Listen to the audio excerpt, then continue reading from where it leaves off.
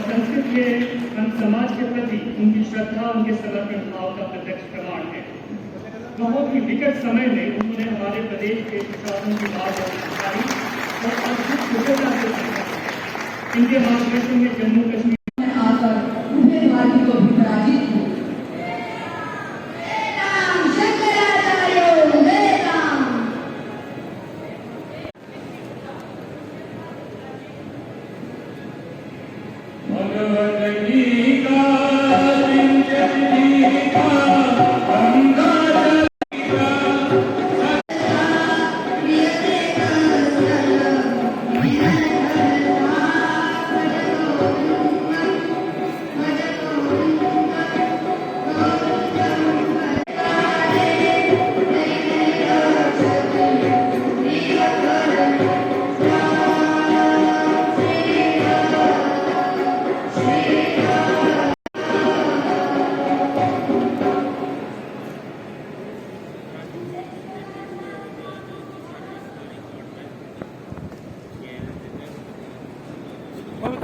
यही मंडल श्री शंकराचार्य द्वारा स्थापित दक्षिण अम्बाई के देश गवर्निंग बॉडी के अध्यक्ष हैं। इसके अतिरिक्त स्वामी जी सूरत गिरी बांग्ला हरिद्वार के ग्रामीण अध्यक्ष और संन्यास आश्रम जिले स्वामी मुंबई के अध्यक्ष हैं। 18 वर्ष की आयु में स्वामी जी पहली बार ब्रह्मचारी के रूप में इन्होंने संन्यास ग्रहण किया। 6 मई 1981 को स्वामी जी ने अपना वेदांताचार्य संपूर्णानंद संस्कृत की अपने विशिष्ट भाषण से हमें बता है। स्वामी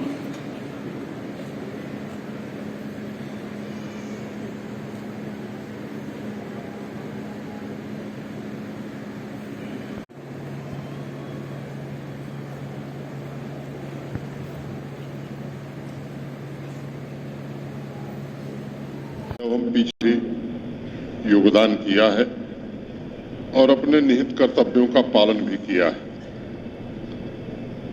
पुरस्कार समारोहों में महान विभूतियों को सम्मानित करने के अलावा एक दूसरा उद्देश्य भी छिपा होता है और वह उद्देश्य ज्यादा महत्वपूर्ण है। वह उद्देश्य है नई पीढ़ी को प्रेरणा प्रदान की जाए और समाज में समारोह के माध्यम से नई ऊर्जा का संचार किया जाए। सामवेद कहता भी है कि ऐसा तप करो कि आप सूरज के समान प्रकाशमान बनो, अहम सूर्य युवाजनी, ताकि आपका वैभव समाज को उत्तम फल प्रदान करे और नई चेतना का भी संचार करे। मैं मानता हूं कि इस मामले में जम्मू कश्मीर सौभाग्यशाली है, जिसे बाबा अमरनाथ, मां वैष्णो देवी का आशीर्वाद मिला है और श्यामलाल जी, कपिल जी, महंत रोहित शास्त्री जैसे कर्मयोगी भी हैं, जिन्होंने इस सनातन परंपरा के संरक्षण और समाज के जन जन की सेवा के लिए अथक प्रयत्न भी किया है। अगर सनातन के सांस्कृतिक मूल्य शरीर हैं तो यकीन मानिए उसकी आत्मा संस्कृत है। और रोहित शास्त्री जी ने अनेक कार्यक्रमों में मुझे शामिल होने का अवसर दिया है, इसके लिए भी मैं उनका आभारी हूं। संस्कृत को आम जन तक कैसे पहुंचाया जाए और सामान्य आदमी के बोलचाल की भाषा संस्कृत कैसे बने, ये एक बड़ी चुनौती मैं हर बार कहता हूं संस्कृत के विद्वानों के लिए है, और जब तक ये जन भाषा नहीं होगी, आम आदमी से बोल और समझ नहीं पाएगा। मुझे लगता है कि तब तक चाहे हमारे की झाजी ठीक कहे छे कि गलत कहे छे उधर संस्कृत के विद्वानों को इसके लिए मैं विनम्रतापूर्वक निवेदन करूंगा कि इसके लिए प्रयास करने की जरूरत है।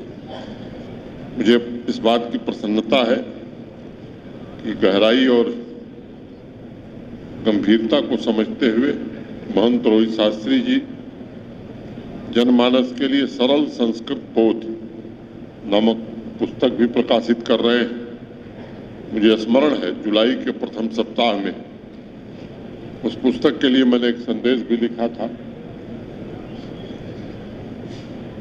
और इस बात का जिक्र मैंने उसमें किया था, संस्कृत का सहज और सरल स्वरूप आम लोगों के बीच पहुंचे, ये बहुत आवश्यक है।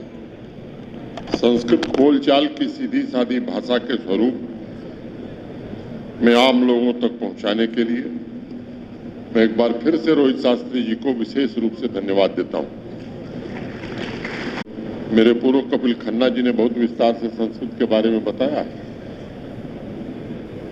लेकिन एक दो मिनट में कुछ इतर बातें कह के मैं अपनी बात खत्म करूंगा। एक मिनट आप कल्पना कर लीजिए कि संस्कृत रीति रिवाज पूजा पद्धति की भाषा नहीं है, और इस कल्पना के बाद सोचिए कि फिर संस्कृत में क्या बचता है। और जब जो बात मैं कह रहा हूं कि रीति रिवाज पूजा पद्धति की भाषा संस्कृत नहीं है, ये मान लीजिए और फिर विचार करिए कि संस्कृत में बचता क्या है। मैं आपको कहना चाहूंगा कि दुनिया में जितनी भी ज्ञान प्रणालियां हैं, प्रज्ञा है, वो मैथ हो, मेडिसिन हो, बॉटनी हो, केमिस्ट्री हो, फिजिक्स हो, ह्यूमैनिटीज हो, आर्टिफिशियल इंटेलिजेंस हो, का विस्तृत द्वार खुल जाता है। समाज में सबसे बड़ी समस्या अपने विरासत को सजोकर रखने की है।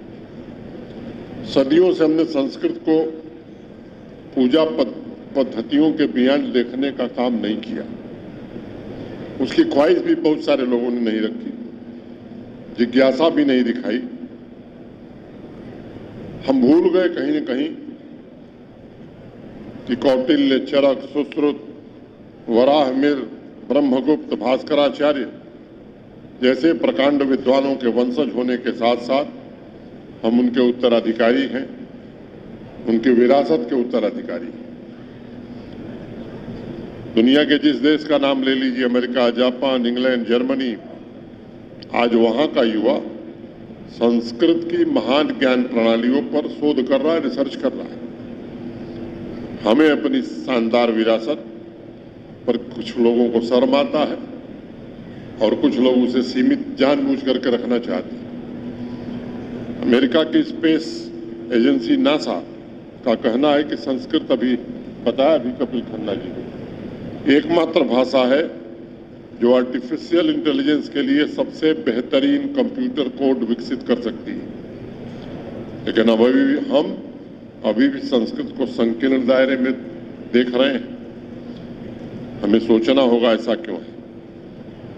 मैं समझता हूं कहीं न कहीं जो कॉलोनियल माइंडसेट के शिकार हम में से बहुत सारे लोग रहे, उससे अब हमें बाहर आने की जरूरत है। आपको याद होगा पिछले वर्ष लाल किले से प्रधानमंत्री जी ने एक बात कही थी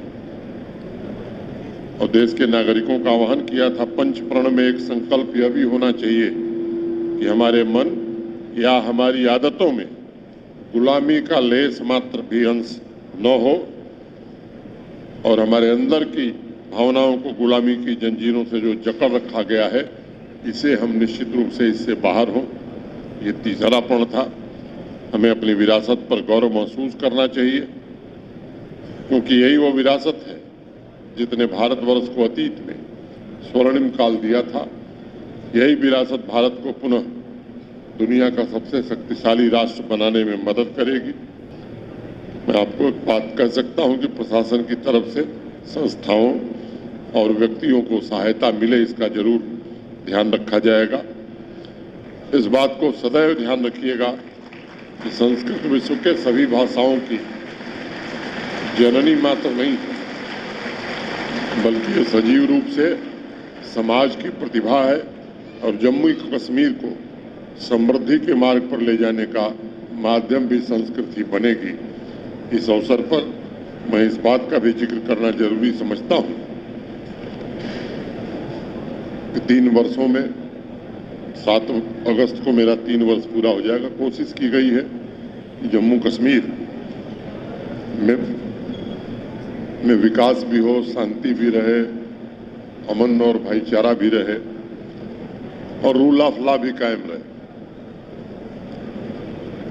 मुझे लगता है ये समय तय करेगा, लेकिन ईमानदारी से, शिद्दत से ये कोशिश की जा रही है कि जम्मू कश्मीर भी जब योगदान अपने अनुपात में दे सके, इसकी हर कोशिश की जा रही है।